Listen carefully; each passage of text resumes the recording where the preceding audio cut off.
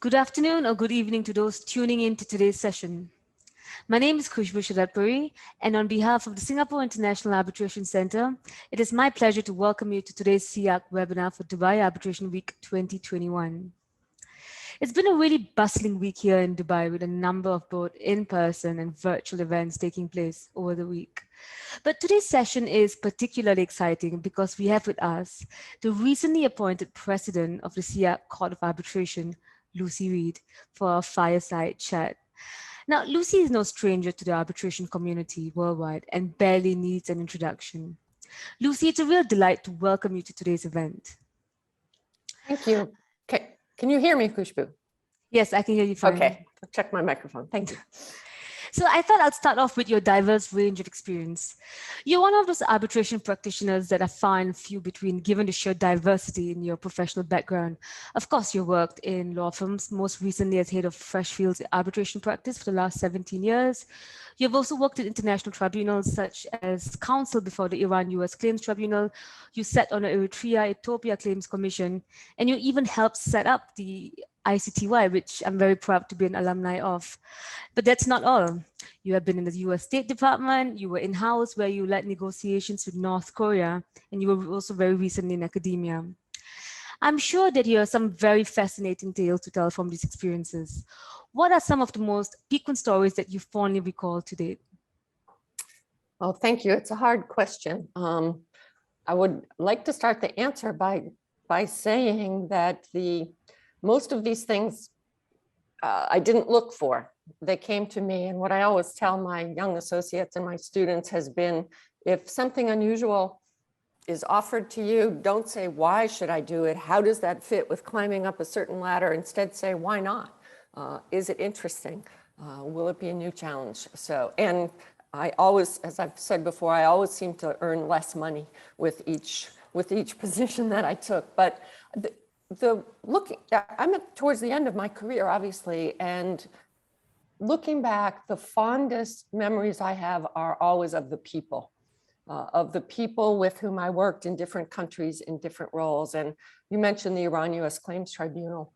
I don't think there's a mafia in international arbitration the way people talk about, but we do have an Iran-US Claims Tribunal mafia in a sense. There were so many people who are now senior in international arbitration who first met and came together in the international mix of the Iran-US Claims Tribunal, then going to the UNCC, then going to the different criminal tribunals, and just I'm sitting at my table in New York, and just last night, David Caron's widow, Susan Spencer, and Donald Donovan were here for dinner. We've all kept together. And in private practice, maybe I shouldn't say this online, but I think less about the wins in my cases than the clients with whom I worked and whose families I got to know over the years. So I think law is a learned profession, but it's also about the stories in the cases and the people in the cases. So that's what I think about. Thank you. I mean, it truly is, that's what we always take away. And I suppose you alluded to this in your response earlier. But my next question was about how did these professional experiences play out? Was there an element of you deliberately choreographing them, or did it just play out serendipitously? And I think you alluded to this, obviously, but I'll leave it to you to expand a little bit. I wouldn't say it's exactly serendipity, because to take advantage of opportunities, you have to be ready for them. You have to be trained for them, as well as have a bit of willingness of adventure. So looking back, almost everything I did was aimed at dispute resolution. In law school, I knew I wanted to go into litigation, so I went and clerked for a federal trial judge, a first instance judge, where there would be trials and not just pure law.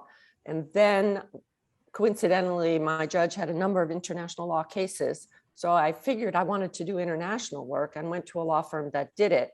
And then the Islamic Revolution happened, which led us to have dozens and dozens of cases. Then my law firm was closing. And so the State Department said, would you come and work with us at the Iran-US Claims Tribunal? I said, why not?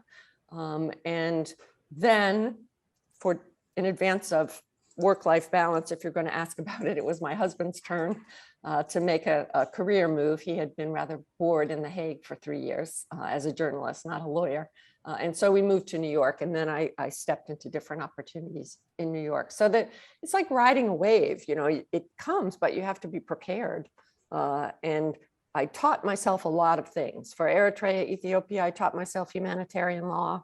I've taught myself criminal law. I've taught myself claims, processes, and that keeps you young, I think.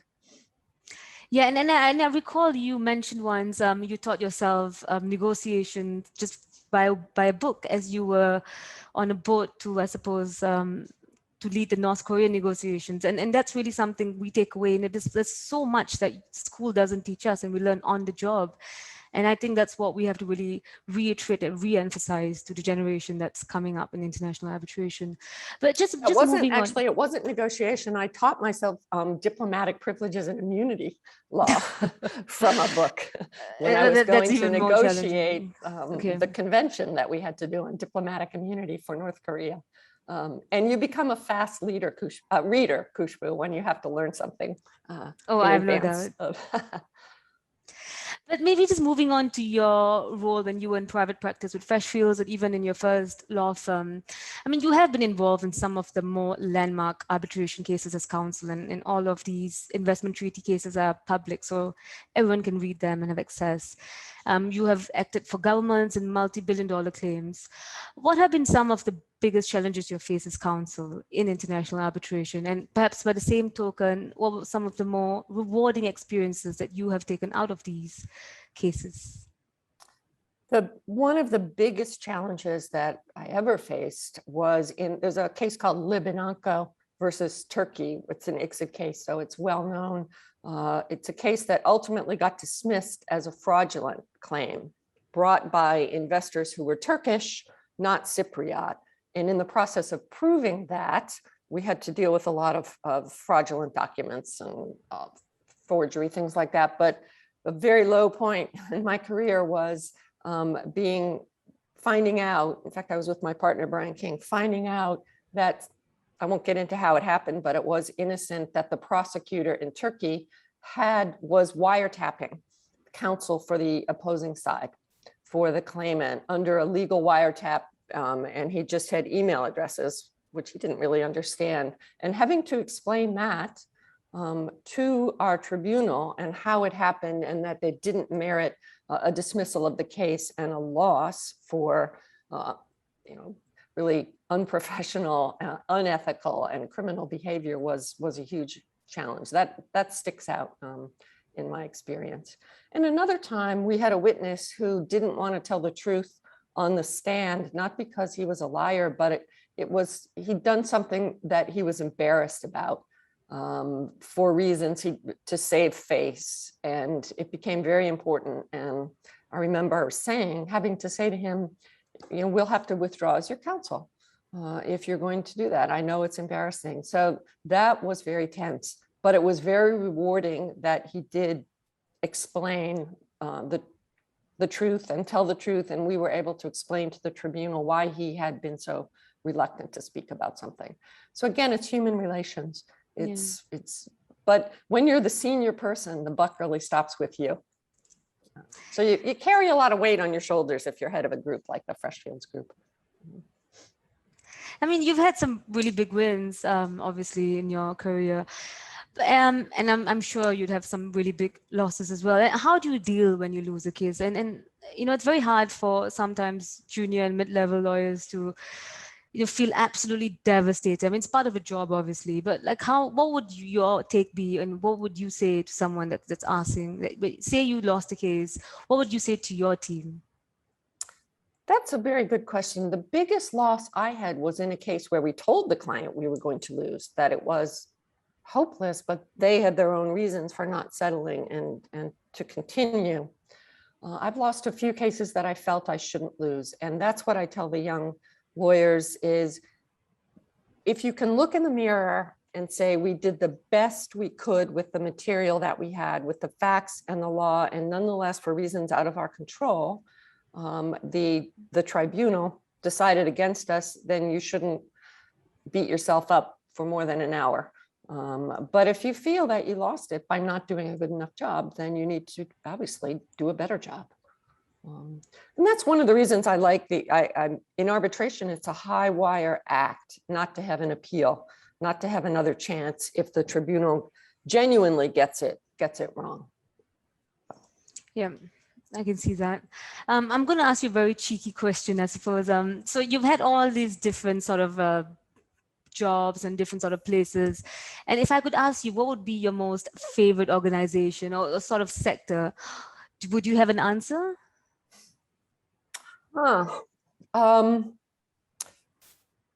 Every time I'm doing something, it becomes my favorite, I must say, because I focus on the present.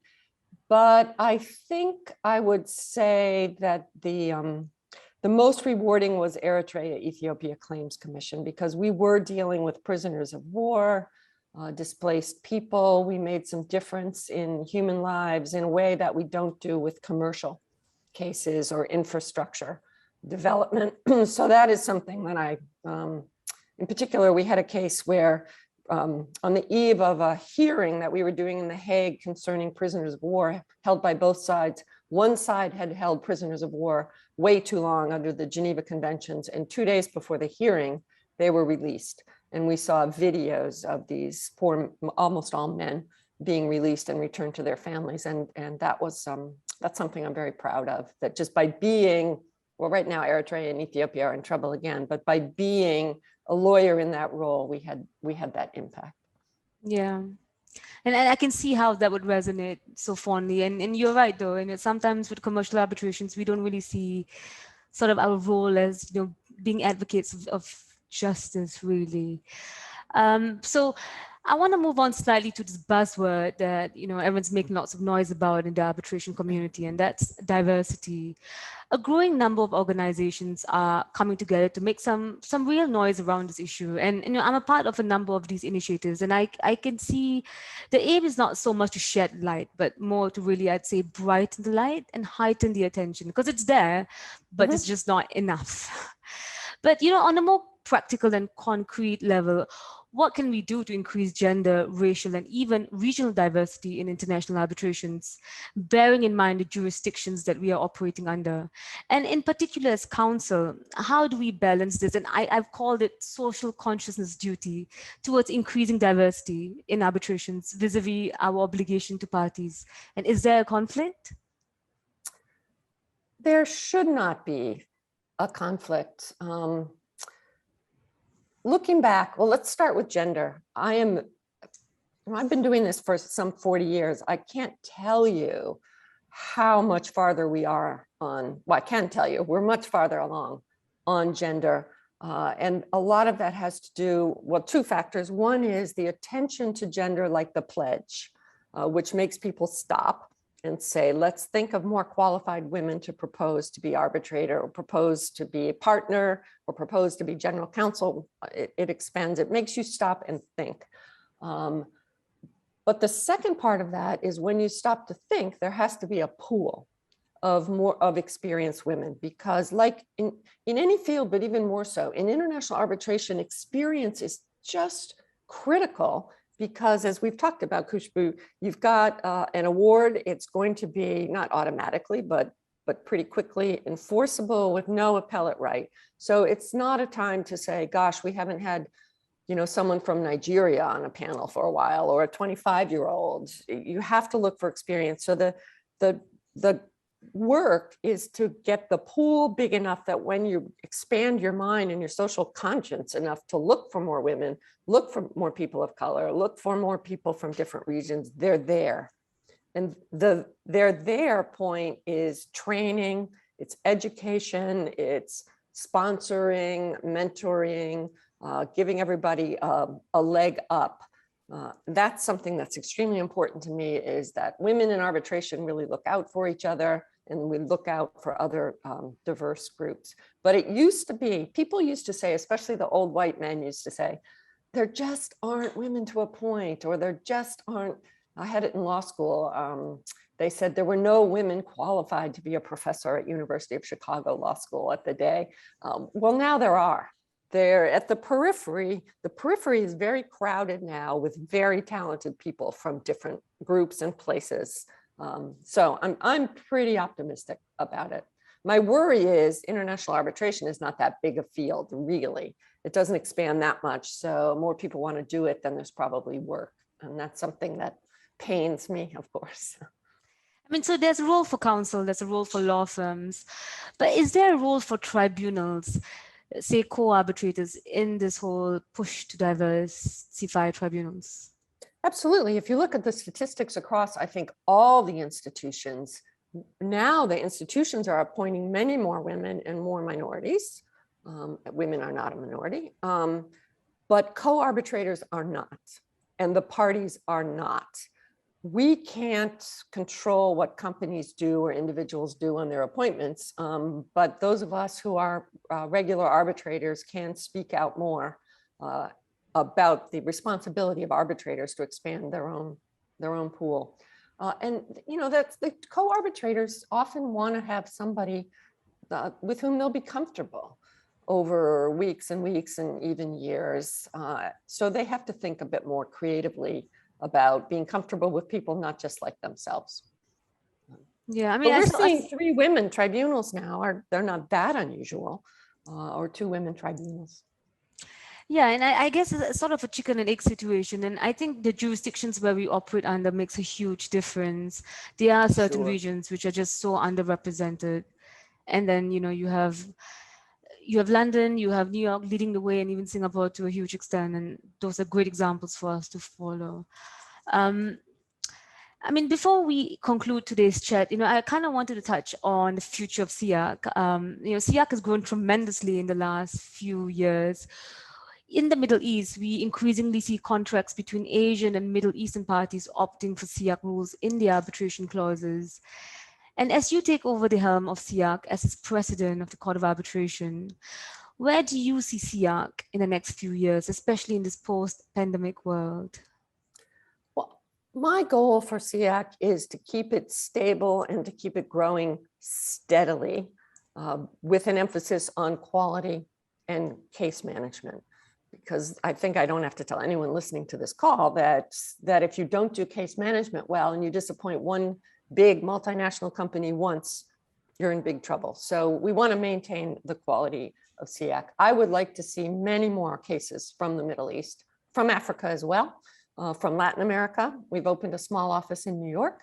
And I always say to my friends in Singapore, it's not that people in the US haven't heard of SIAC, it's that they haven't heard of Singapore. Most Americans, unless you're multinational, don't think Singapore is in China. So we have some name recognition, but that's what I had at Freshfields when I was the only lawyer there, opening the practice in the US. But SIAC is, I think it's truly more international secretariat than some of the other institutions, and not just in Asia, wider than Asia. And the people are fun to work with. I have to tell you, I really enjoy the council. I enjoy Kevin. I enjoy the people we meet through webinars like this. Yeah, I mean, I couldn't agree more. And I'm not just saying this because I'm from Singapore. I think SIAC has tremendous potential. I see it in the region. I see it beyond. And I think we're going to see some really great things with SIAC, especially with you leading the way. So with that, I don't think we have much time left, but Lucy, thank you so much for this session. It was such a pleasure to speak with you, and I wish you the very best in your new role. I'm going to now hand it over to Joseph, who's going to continue on the session with his panel. So Joseph, over to you. Thank you. Thank you, Khushbu. Thank you, everybody. Hello, everyone. I have the great pleasure of introducing and moderating this Dubai Arbitration Week panel on arbitration at SIAC, the inside track. Joining me today are, of course, Lucy Reed, President of the SIAC Court of Arbitration, and thank you very much to you and Khushbu for that really excellent session just now. Kevin Nash, Registrar and Center Director at SIAC, and Candista Wanta, Pauline Lau, and Shijin Lim, all counsel at SIAC. Before kicking things off with the panel, I want to emphasize that we very much welcome questions. So please do use your Q&A button to ask any questions during the session, and we'll do our best to put those questions to our panelists. Now, it's often said the best place to start is the beginning. So we're going to begin with commencing proceedings. Candista, what is the inside track when it comes to initiating a SIAC arbitration? And what are some of the good and less good practices that the counsel team sees? Thank you very much, Joseph. Hi, everyone. So when it comes to commencement at SIAC, sorry, can I just check if you can hear my voice? Okay, thank you. Thank you so much. When it comes to good practices, I suppose one that immediately comes to mind is in relation to time bar issues. So under Rule 3, I will also explain a little bit about how we commence arbitration at SIAC. Basically, under Rule 3 of the SIAC Rules, a party wishing to commence an arbitration with SIAC needs to file with the Registrar a complete notice of arbitration, Joseph. And the date of commencement of that case would be the date of the Registrar's receipt of the complete notice of arbitration.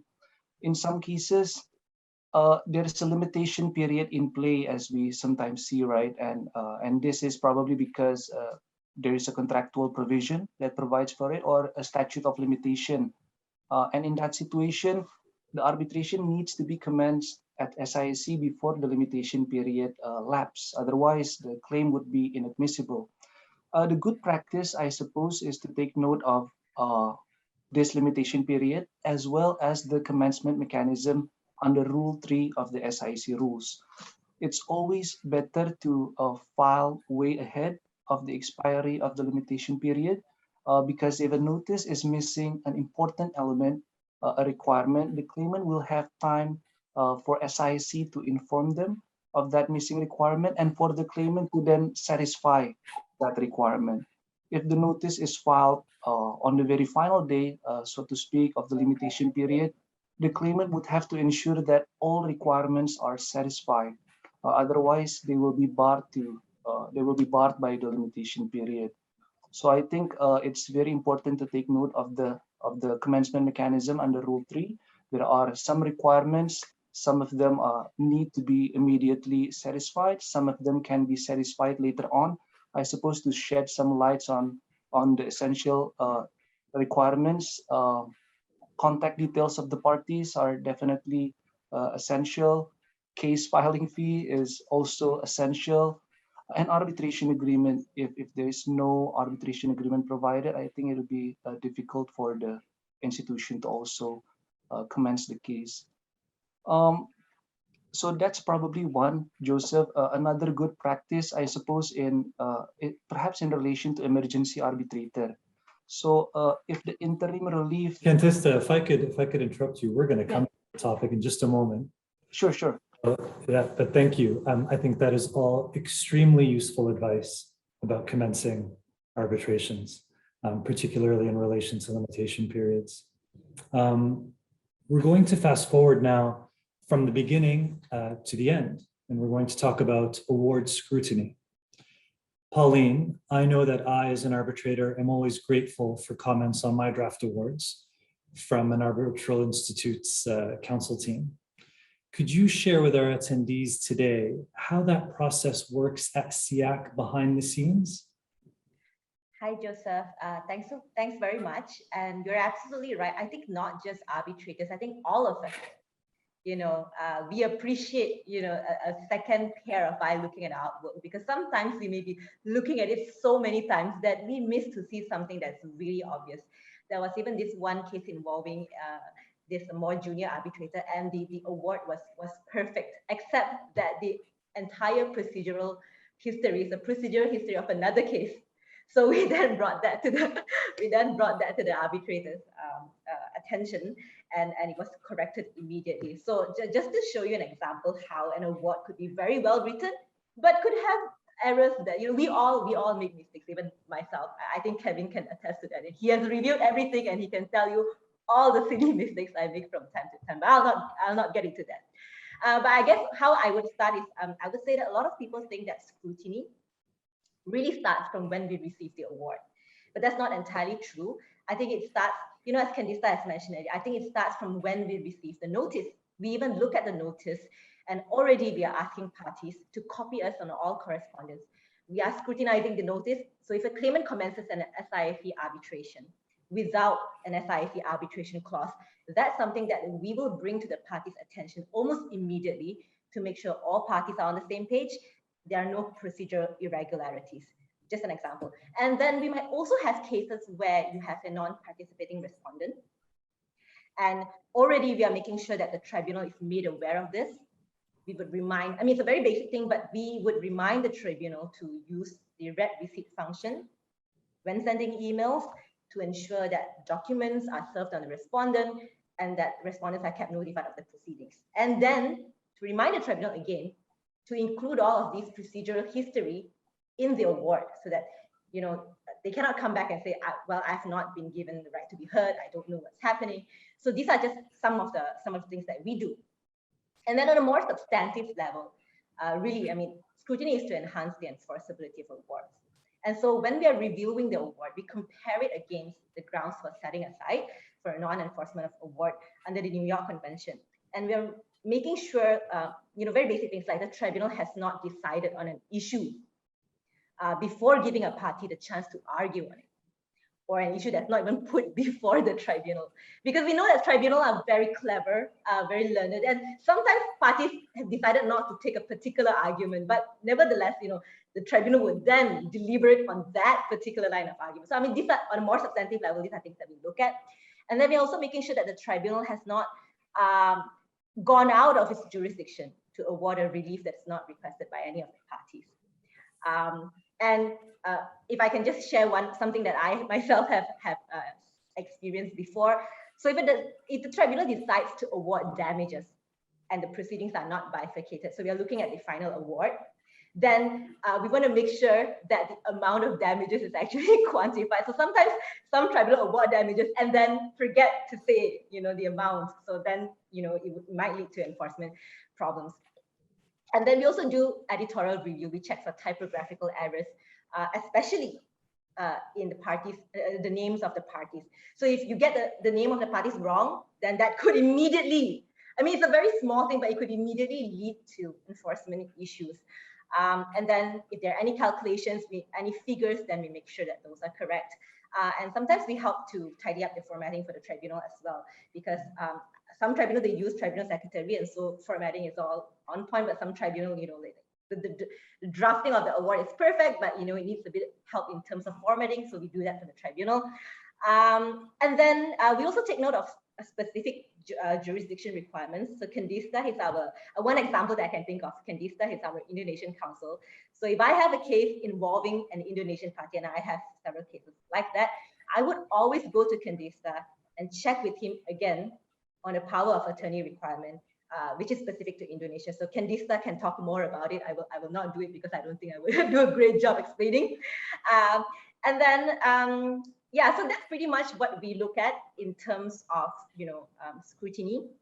I don't know if you want me to talk about, you know, how it's done procedurally. I mean, okay, so procedurally, all awards are submitted to SIAC for review before it's issued. And scrutiny at SIAC is Secretariat driven. So we can turn over the award quite quickly. It is the first round of scrutiny is done by Associate Counsel and Counsel at SIAC. And then the second round of review will be done by the Registrar. The scrutinized award would then be returned to the tribunal, who will then either proceed to finalize the award for issuance or submit to SIAC a reviewed draft for a further review. So it really does depend. And then the process, I mean, the timeline of the process, I think is something that probably a lot of people are asking about. It would take typically 2 to 3 weeks, depending on a lot of factors. We have done it in 1 day, but generally it would take 2 to 3 weeks. Depends on the length and the quality of award. So sometimes we get a 30-page award, and so that can be done in a day. And then sometimes we get a 600 pages award. So naturally, it would take a longer time. It depends also on the complexity of the case. So counsel at SIAC typically not only look at the award, but we also look at the party submissions, the documents that are submitted, and so on. So the more voluminous the award, so if you get a 600-page award, you can only imagine the documents that are tendered in the proceedings, like the number of pages would be in the thousands. So So that is the, in terms of timeline of the award. Yep. Thank you, Pauline. Yeah. That is extremely useful, Pauline. Thank you very much. And how wonderful that you're able to draw on the diverse nationalities you have at SIAC to assist you in scrutinizing awards for various jurisdictions. I mean, it's such a huge benefit that an institute like SIAC offers, and that its diverse team offers. We're going to shift gears now, as Candista foreshadowed, to talk about two special procedures under the SIAC rules: emergency arbitrators and expedited procedures. Let's take emergency arbitrators first. Lucy, I am sure everyone joining us today would love to hear from you about your experience with emergency arbitrator procedures, both as SIAC president and as an independent arbitrator. Thank you. Before I answer that, Joseph, let me just add to what Pauline has said. As an arbitrator, with having had many awards, not tons, but many awards scrutinized both by the ICC and by SIAC, it is always, the scrutiny process always improves the awards. I always seem to get, however hard I try and my colleagues try, we get the math wrong somehow, or the interest rate has to be looked at. But I want to dispel any idea that at SIAC or at the ICC, by the way, that in the scrutiny process, the decision and the deliberations of the tribunal is changed. It is true that in scrutinizing, the institution will say, are you sure? Are you sure that your conclusion follows from the facts or the law? But they don't say this is wrong or whatever. It's done diplomatically, and sometimes they're exactly right, that they give a new fresh read perspective to something that you need to redeliberate. So scrutiny is a real value add in international arbitration. Emergency arbitration, okay, hand on heart, I've never been an emergency arbitrator.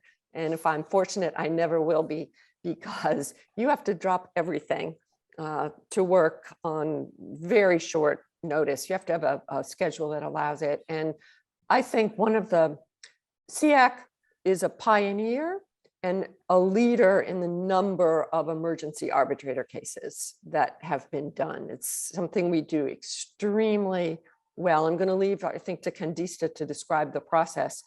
But from the vantage point of the president, one of the roles of the president or a vice president, if I'm conflicted, is to decide whether a case is deserving of emergency treatment. There are parties that apply for emergency arbitration and we say, no, you don't meet the criteria for an emergency arbitration. It's not urgent or whatever.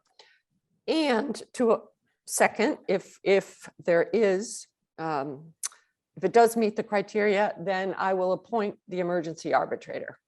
And generally, you're laughing, but it's true. Everyone's going to smile and they know what I'm going to say next. It's almost always Friday afternoon when the emergency, or Friday night, my time, or the weekend.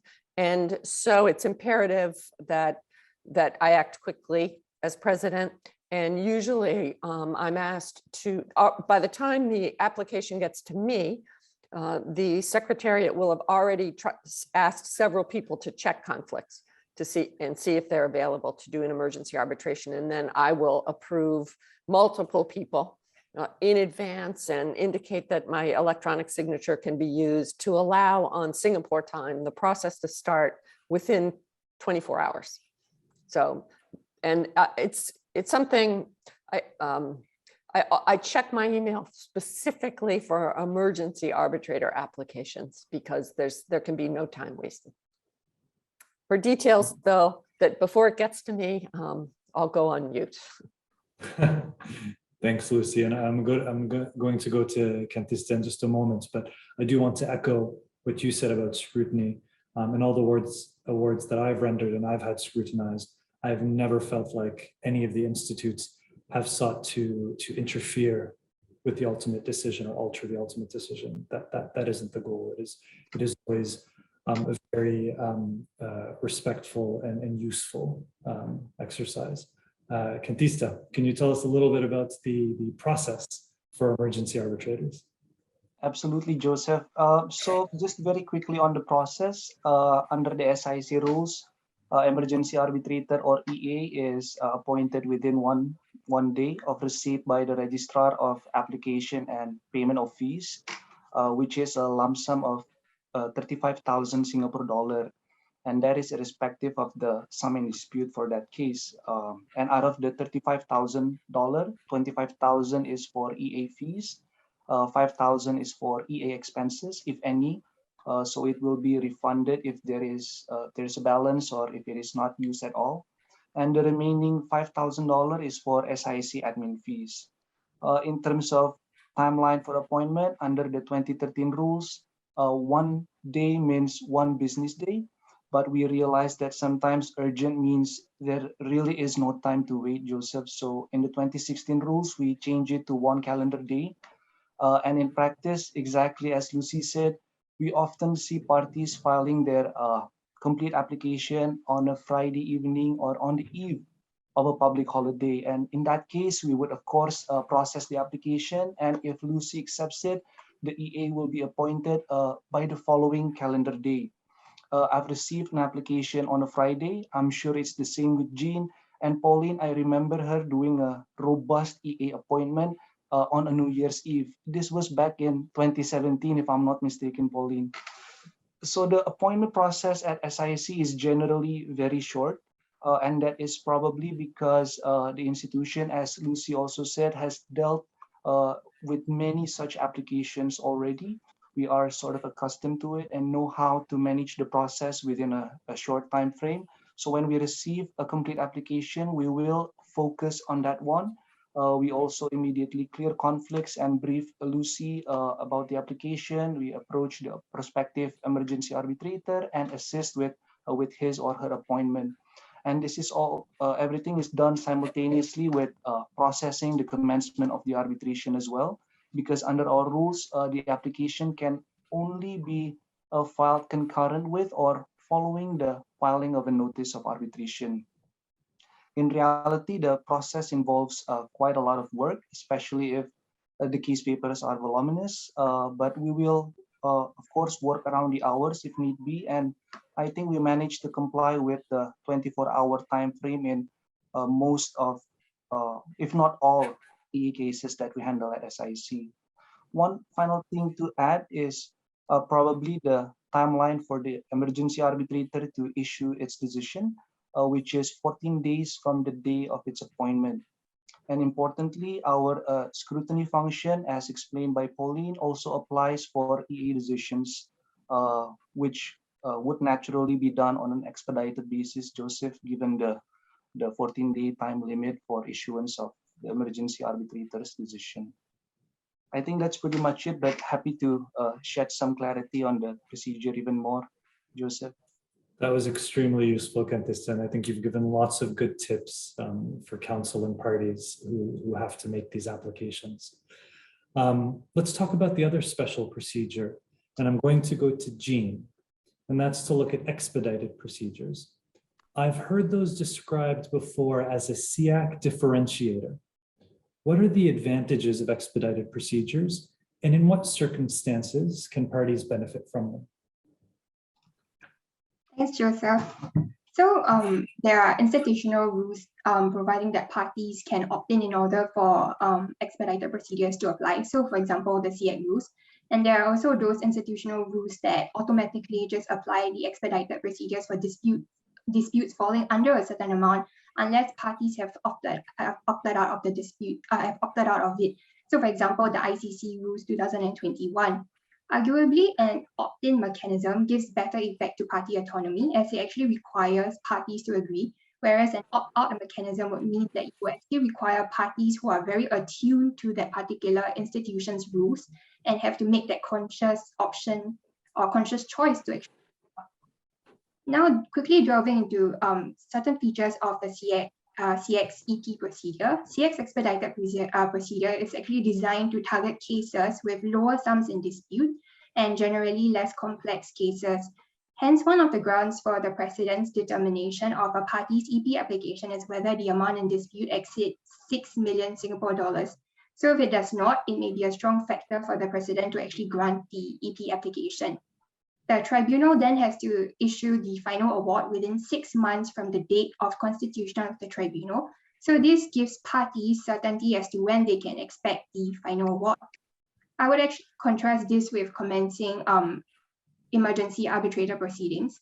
Well, the emergency arbitrator has to render the award 14 days from constitution. The EA procedure is more so for parties to actually avail themselves of interim relief pending formation of the arbitral tribunal. And also, one might want to note that the EA filing and admin fees are actually slightly higher than the case filing fees required to start an EP proceeding. So the EA filing would, as mentioned by Candice earlier, would cost somewhere in the region of about 37,000 Singapore dollars to about 37.5 Singapore dollars, whereas to kickstart an EP matter would be about 2,000 Singapore dollars to 2,140 Singapore dollars. Hence, for parties who are actually more cost conscious, they can actually consider the use of EP proceedings if they desire an award to be issued within a shorter time frame, but do not require relief immediately. And under Rule 5.2C of the SIAC Rules, the Tribunal can decide the matter on the basis of documentary evidence only. And under Rule 5.2B, the default is for the matter to actually proceed before a sole arbitrator unless the President decides otherwise. Yeah.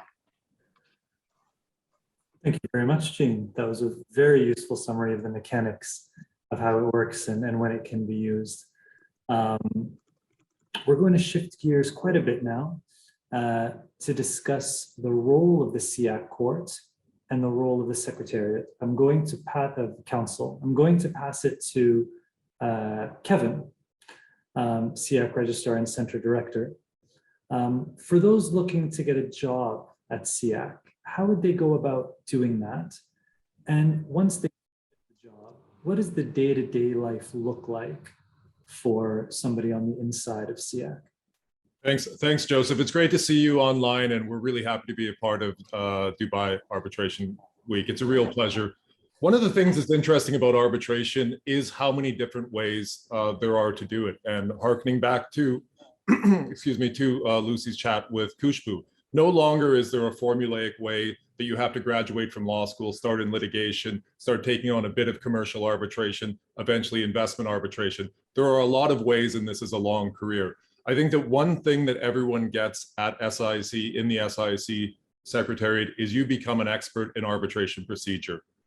If you are working as counsel at a law firm, you have a big part of a very few cases. But looking at Candice, Pauline, and Jean, between them, they are probably administering 300 cases. Maybe over the course of their arbitration careers, they've seen 1,000 cases. And importantly, we have the scrutiny of awards. So if I was looking at thinking about applying for an institution, if I wanted to make myself a better arbitration practitioner, I would want to go to an institution that has the scrutiny of awards. Even though this may mean that you're forsaking your evenings and your weekends because you want to see how the best arbitrators in the world think. You get better, and then you have specialized knowledge that very few people have.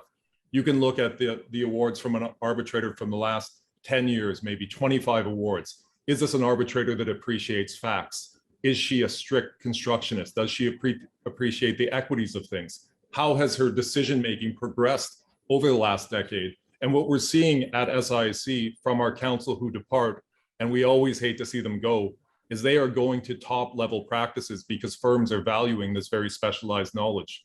And in terms of how you go about applying, I think timing is everything in arbitration. And right now, it is very good timing because we are hiring associate counsel. And to me, one of the funnest and coolest things about working for an institution, in addition to having Lucy Reed as the president, that's one of the reasons why you work at an institution, because you get exposure to the best in the world that is very hard to get anywhere else. If you are working on a reasoned decision to a challenge, so if you have Candice is working with a committee of the SIAC Court, with Lucy Reed, Kavinder Bull, and Toby Landau, that is about the best work that you can get in arbitration.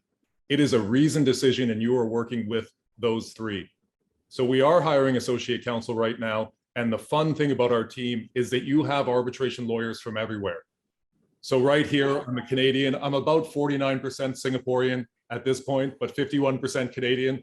Joseph, you being Canadian as well. We have Candista from Indonesia, Pauline from Malaysia, Jean from Singapore, civil law practitioners, arbitration practitioners from all around the world. And those conversations that we have, I was thinking when you were talking about the commencement of arbitration, how fun it is to be able to, for me as a common law practitioner, to have a discussion with a civil law practitioner. And the best thing you can do to commence an arbitration is to make sure that you have a tightly drafted clause. But for us at an institution, jurisdictional issues are very interesting. Is it jurisdiction? Is it admissibility? These are the kind of conversations that we have in our office, now done by way of Zoom. Pathological clauses are interesting for an institution because how are we going to deal with it? So in addition to the associate counsel opportunities, we also have a very successful virtual internship program that we're really proud about. One of the advantages that has come with dealing with the COVID-19 pandemic is there's more access for everyone. It was fun to have interns in the office, particularly in the context of an emergency arbitration. We might have an intern who would stay with us until 3 in the morning until we get that emergency arbitrator order or award transmitted.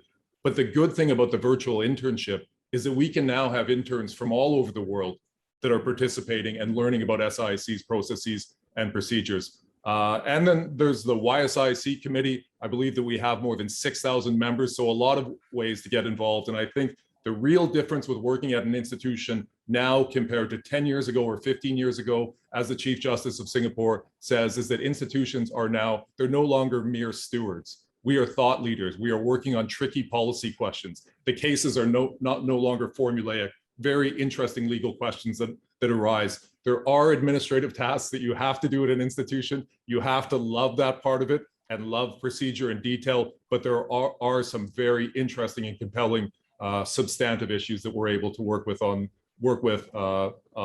the SIAC Court of Arbitration. Thank you, Kevin. That was extremely useful. And I think we already have some people asking questions about how they can apply to be an associate counsel. I'm sure we'll have people asking about the YSIAC and the virtual internship as well. It might be that you have an application in your inbox already. And as a little plug, I'm sure to learn more about these things, people can visit the SIAC website. Yeah, absolutely, on our careers page. Yeah. Awesome.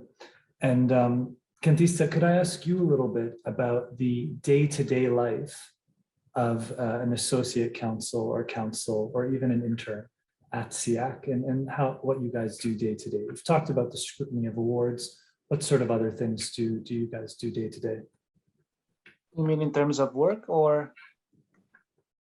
In terms of work, yes. Right. Yeah, so basically it's a very a busy day. I mean, during the day, we're very busy. We interact with parties extensively, with arbitrators. Sometimes they ask questions and they require assistance. So we do a lot of calls during the day while still administering cases as well. And we have so many cases. So I think it's a bit generally we will just be on emails. Answering all queries that may arise in our cases, or just basically processing the applications that are being filed with SIAC. We also conduct internal discussions. I frequently call my fellow counsel, Pauline, Jean, and everyone else on the team. And of course, we always bother Kevin and Lucy all the time with questions. But yeah, I think basically during the day, it can be quite hectic. But when after office hours, it gets slightly quieter, and we can focus on the typings and reviewings even more. I suppose Pauline and Jean can help, but I think that's from my side, Joseph. Well, I'm going to put all three council team members on the spot right now and ask you, what is your favorite thing to do as a council team member at SIAC, starting with you, Kandista, since you're still unmuted? I suppose it's what Kevin mentioned earlier. I think the opportunity to be able to discuss with thought leaders like Lucy and everyone else on the court on the board of SIAC. I think that's just for me, it's priceless, and I really enjoy those opportunities. I suppose that's on the top of my list, Joseph. That's great. How about you, Pauline? Well, I think, as mentioned both by Lucy and Kevin, I think the advantage of working in an institution is that I think if you were to work in a law firm, it is very unlikely that in the span of, say, 3-4 years, you would get to handle 1,000 cases. But of course, you get to do that at the institution, but you get more like a bird's eye view. So I would say that, of course, we don't get involved as much as counsel. We don't prepare submissions. We don't argue the case, for example. But it's always very interesting, especially, for example, when we look at, say, if there's a pre-constitution application, consolidation application, and we read parties' submissions, and then we prepare a brief for the court members to decide. And then what I would always think to myself, I wonder how the court members would decide. And then I would try and make a wild guess, and sometimes we think alike. So I tell myself, great minds think alike. And then sometimes I get it all wrong. And then I would see what are the reasons given. And so the learning curve in that sense is one that is very steep, I would say. So the opportunity to work with arbitrators, the opportunity to see how different counsel would argue their case. And the opportunity to work with the SIAC court members, I think all of that really is what I appreciate working at SIAC, and I think would be of tremendous help to anyone who has who decides to spend some time in an institution. Thanks so much. Thanks, Pauline. So instead of just one favorite thing, you gave us a few of your favorite things. So thank you. How about you, Jean? Given the confidentiality of the arbitration proceedings, I would say that my favorite part would actually be reading the arbitration award, because that's not something that you get outside of an institution. You don't get to be privy to parties' extensive arguments, the various documentary exhibitions, as well as the general thought process of the tribunal. And I think one exciting but scary thing is sometimes when there's just a sole arbitrator tribunal, and that arbitrator, that tribunal just wants to bounce ideas off you. Sometimes you just receive a random call, wondering how they actually got your number. And sometimes they just want to discuss certain elements of procedure, but sometimes they also do want to discuss aspects of the case. So that part is also quite interesting, I guess. Thanks, Jean. I was actually going to say the same thing, which is I know when I'm an arbitrator, I am always grateful to be able to speak to the counsel team as a sounding board for any trickier or thorny questions that come up. So, and I'm sure I speak for many arbitrators that we're very grateful for what all of you do. Lucy, I know one topic of particular interest for many of our attendees today is the nomination and appointment of arbitrators at SIAC. Are you able to shed some light on that process and how it works? Yes, and before I do, I want to say that my counsel have been very discreet here in not saying that one of the ways you learn by being in an institution is not just to see the best awards, but to see the worst awards and the most mediocre of awards. This was my experience at the ICC as well as at SIAC, and it's great to see a beautifully crafted, convincing award, but you also learn by seeing other categories. Let's put it that way. In terms of appointment, it's very interesting. Unlike other institutions, my role as president, and let me be clear, we have Kevin as the registrar, really what would more be sort of the secretary general in other parlance. And that's his job as president, and Gary before me and Michael Prowse before me. It's like Judith Gill at LCIA. We don't get paid. This is not a paid position. It's an honorary position that entails a lot of work, which is fine. What I do most often is appoint arbitrators. And the way that works is the counsel will prepare a case briefing note on a matter where an arbitrator needs to be appointed, or 3 arbitrators need to be appointed. Sometimes it could be chair or a fill-in.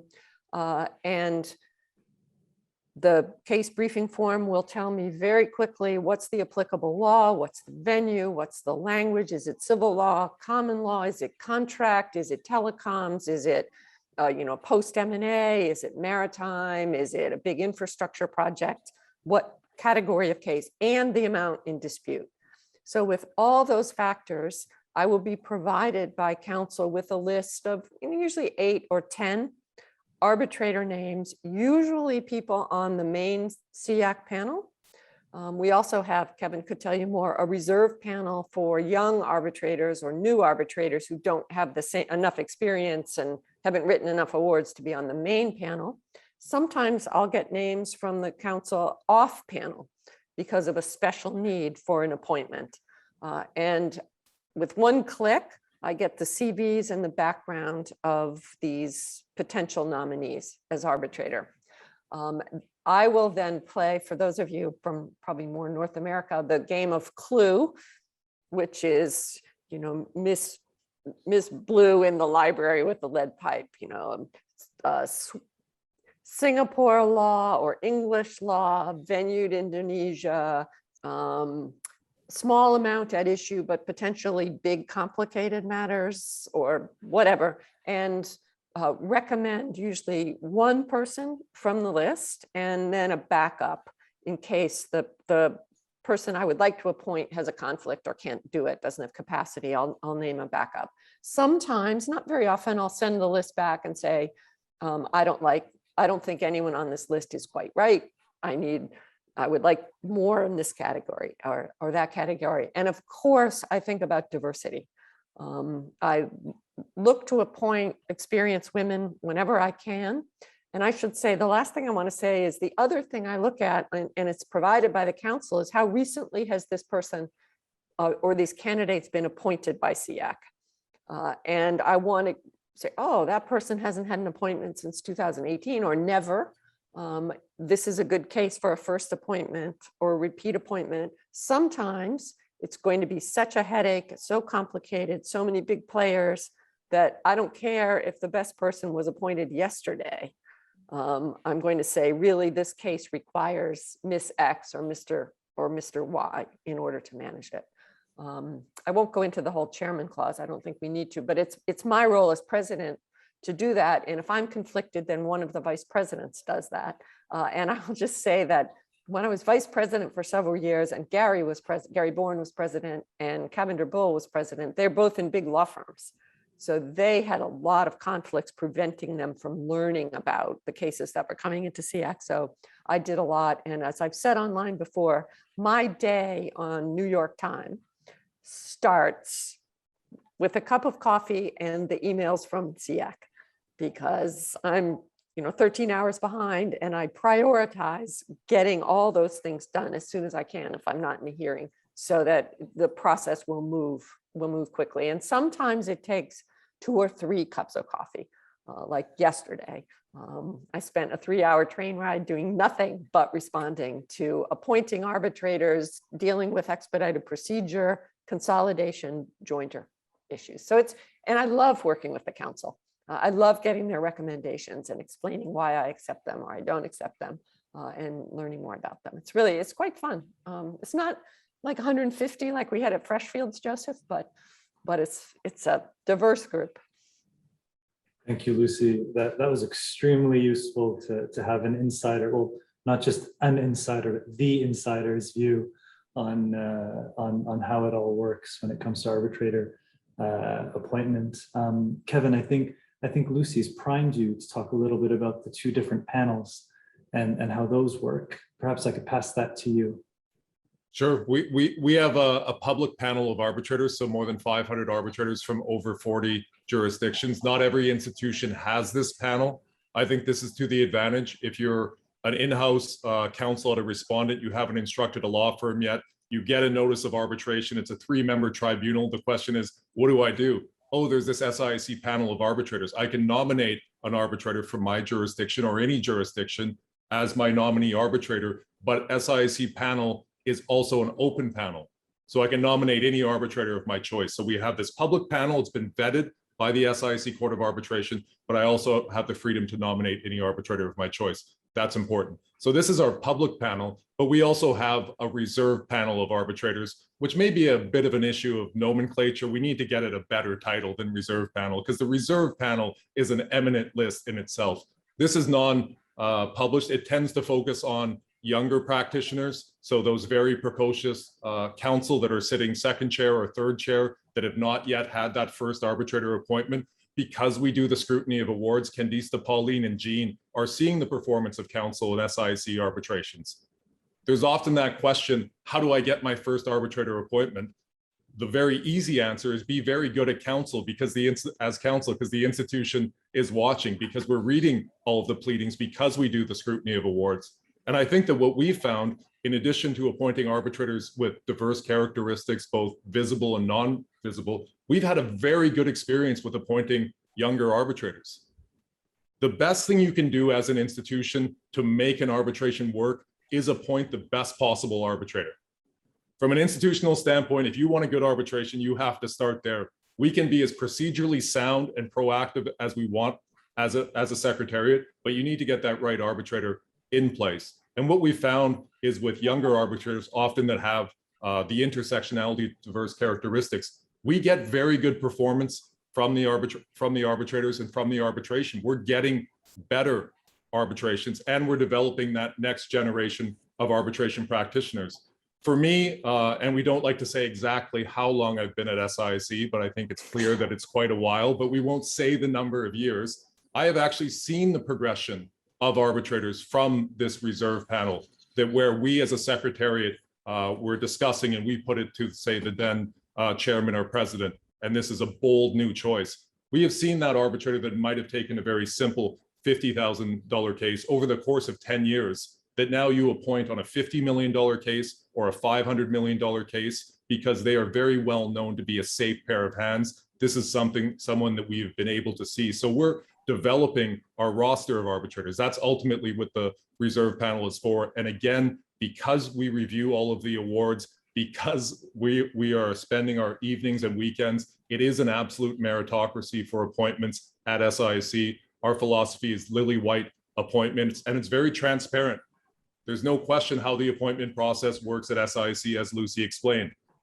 Lucy Reed, as president, appoints the arbitrator on recommendation from the secretariat. And as sometimes happens, she will say, furnish me a new list. That makes sure that the neutral, independent, and impartial secretariat, we are the one furnishing the names.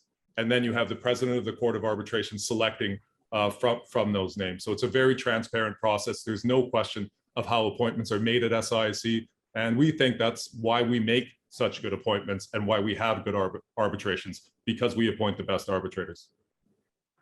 Thanks so much, Kevin. And going back to what you were saying about the importance of choosing the right arbitrator, I mean, I'm sure we have all attended multiple conferences where that old debate comes up.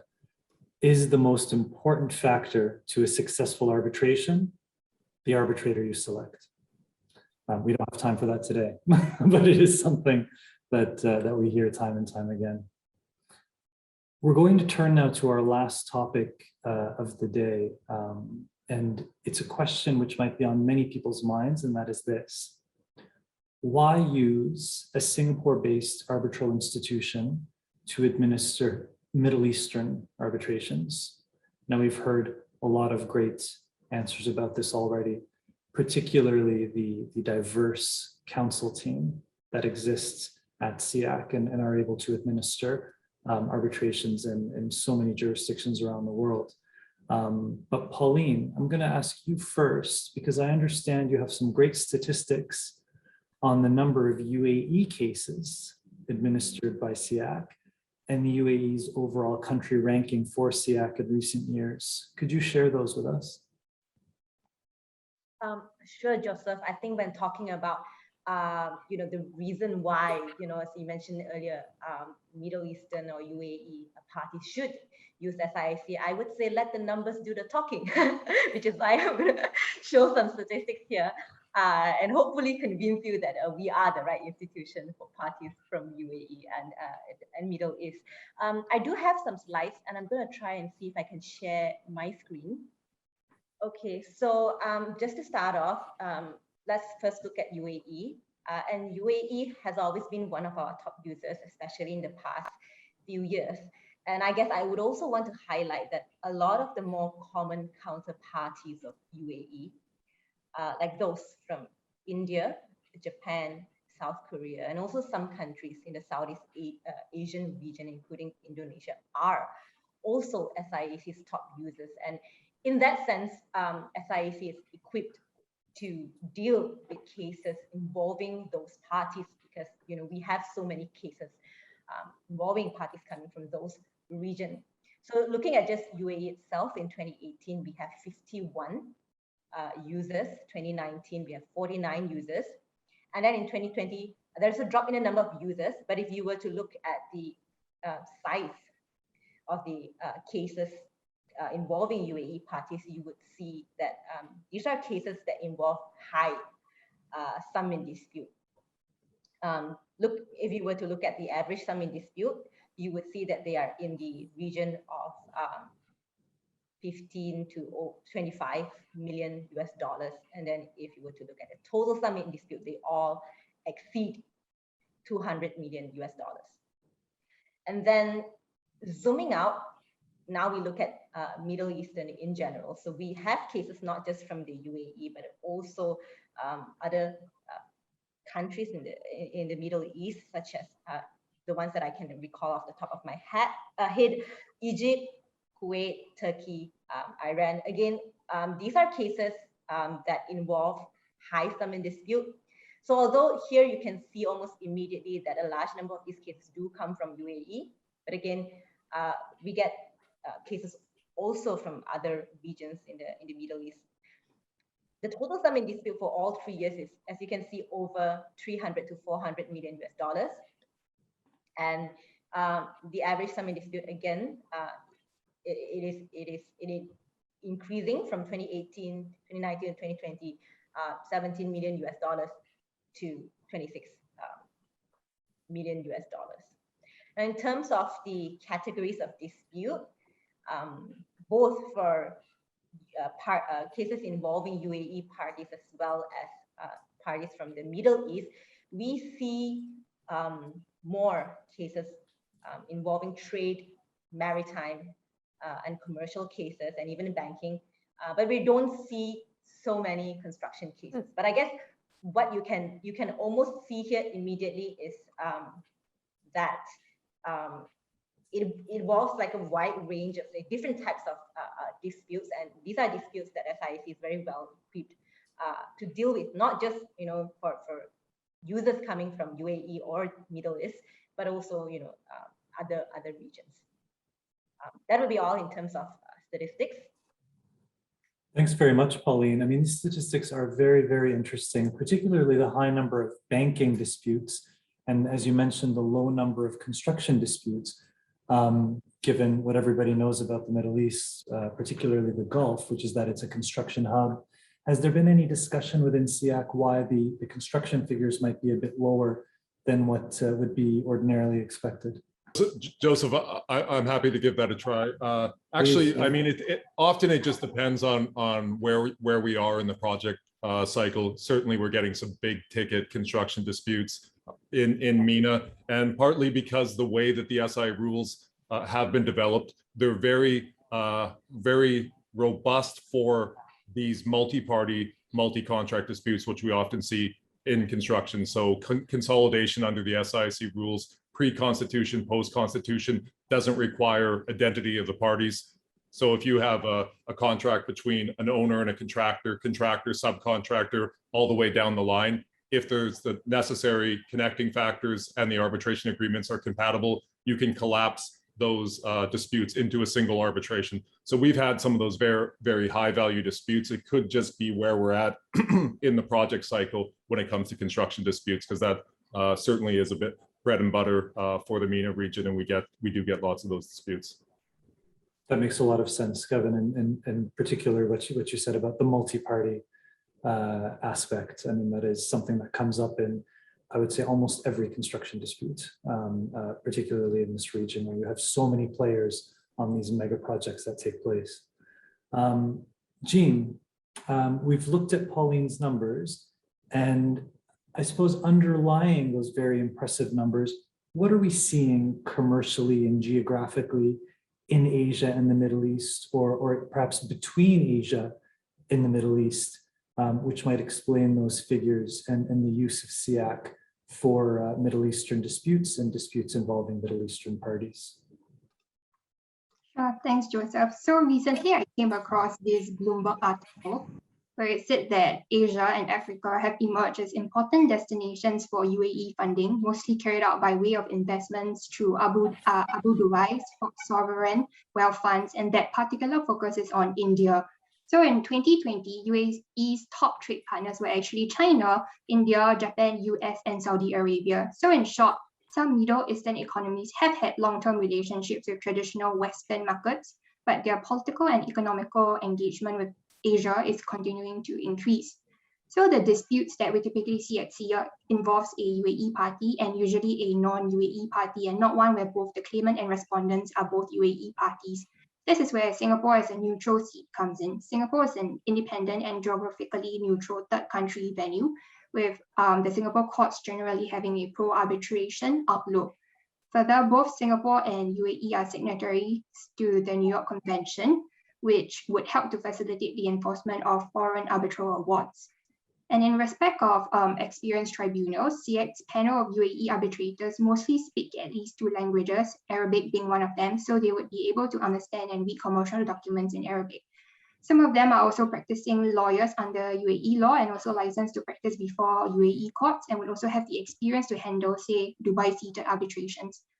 And of course, as mentioned earlier, we also have a very diverse counsel team that is capable of actually handling such arbitrations.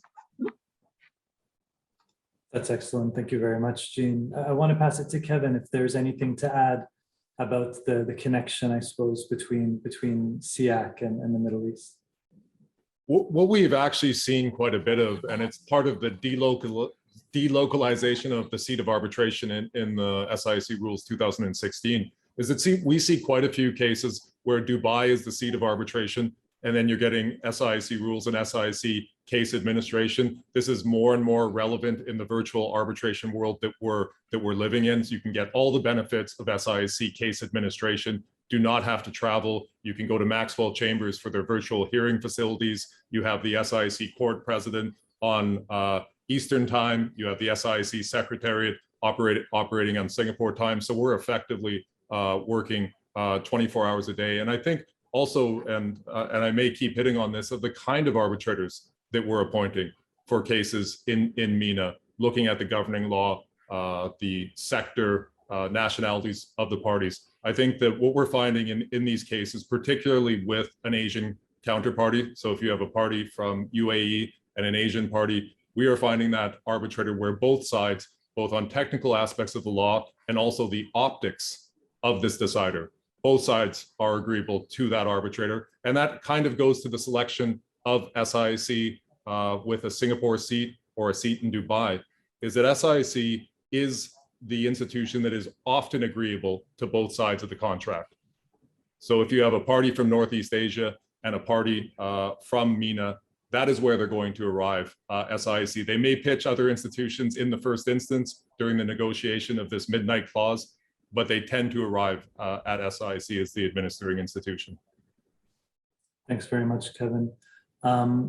I do want to reserve the final word for Lucy, but we have one question so far, and I do encourage anybody who has questions to try to put them up in the next 2 to 3 minutes if possible. And the question is about digital solutions. So it comes from a law student in India, and they want to know more about what the SIAC team is doing in terms of, to use their words, digital ventures. I think meaning digital solutions in arbitration, which I think we can all agree have become increasingly important over the past year and a half. Perhaps I could pass that to one of the council team members to discuss first.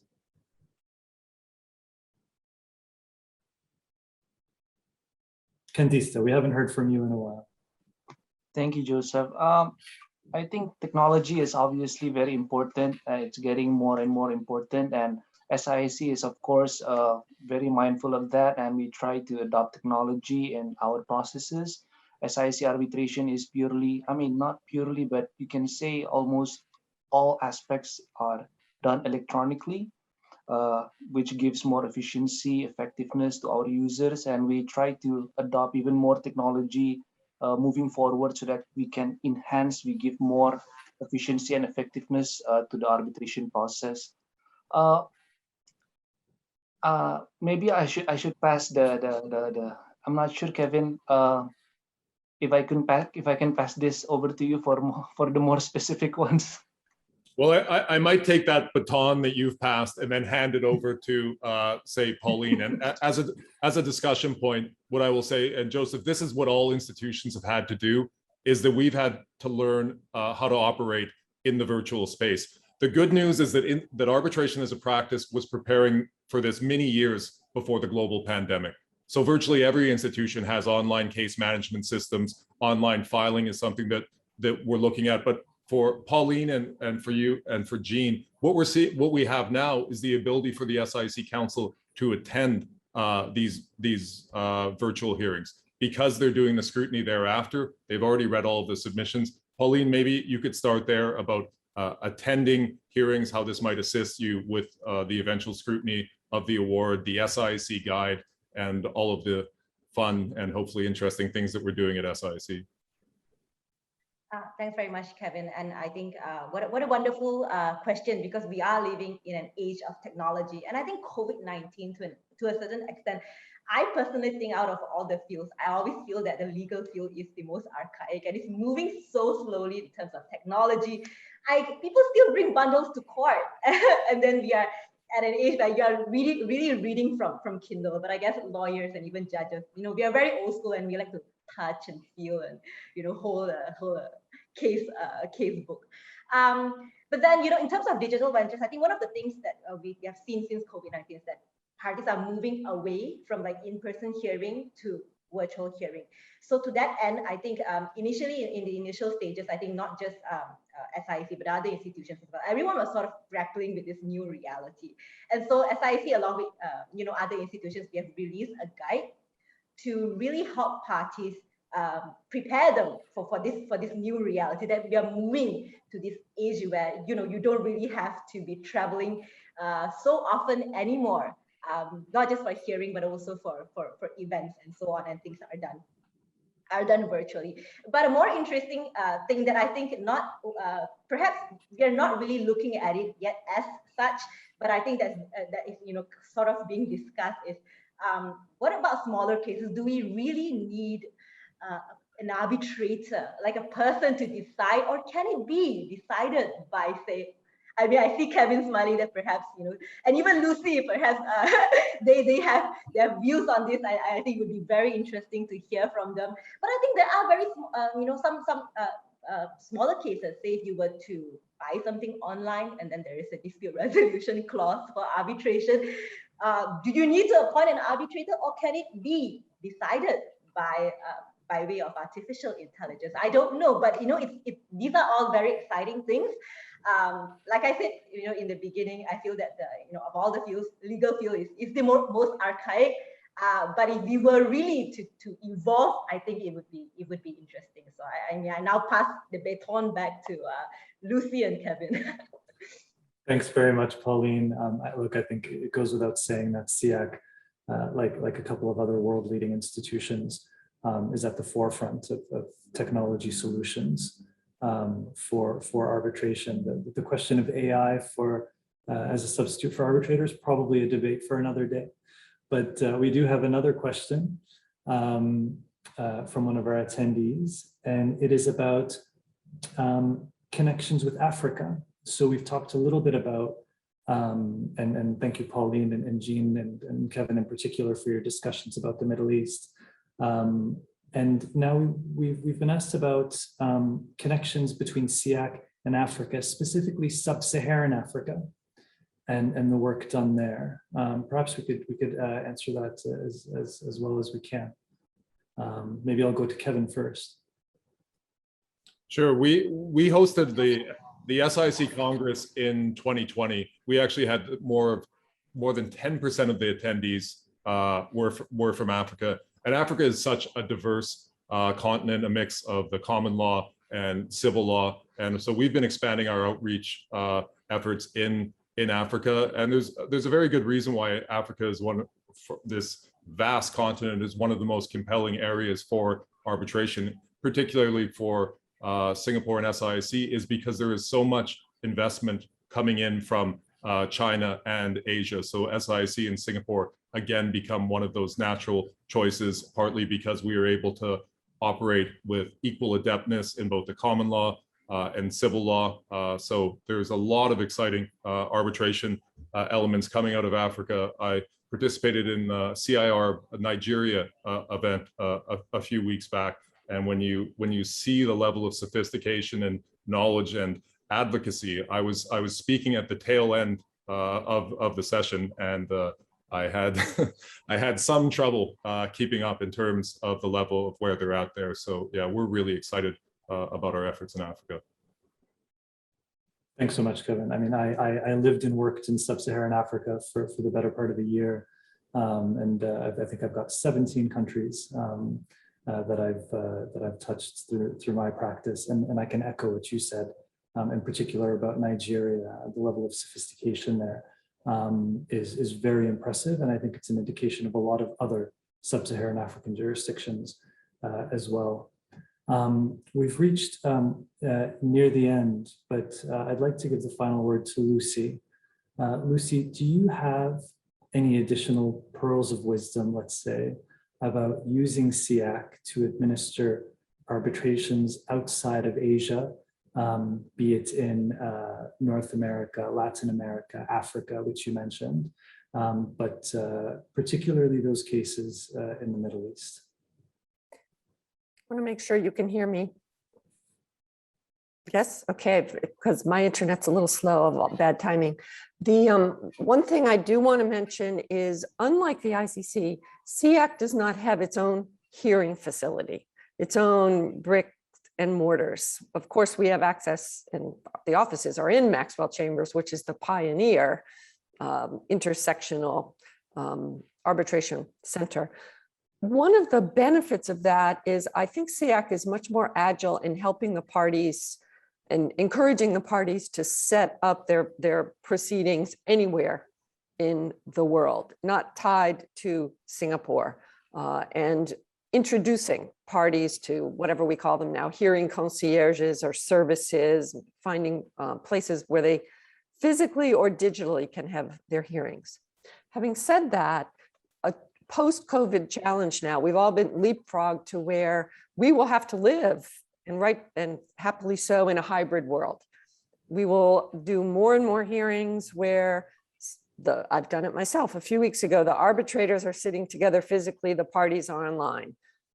You've got experts coming in. You've got to get better technology in order to make it easier not to have the internet go a little slow, as it's doing right now for me. And SIAC is already thinking about that. And of course, we're also talking about having a filing platform like ICSID does and other places do, so that parties can file everything electronically. We have to save air miles, we have to save paper, everybody does. And SIAC is giving a lot of guidance to tribunals on what can be done online and what should go back to being done in person, which is one of the things I most like about SIAC.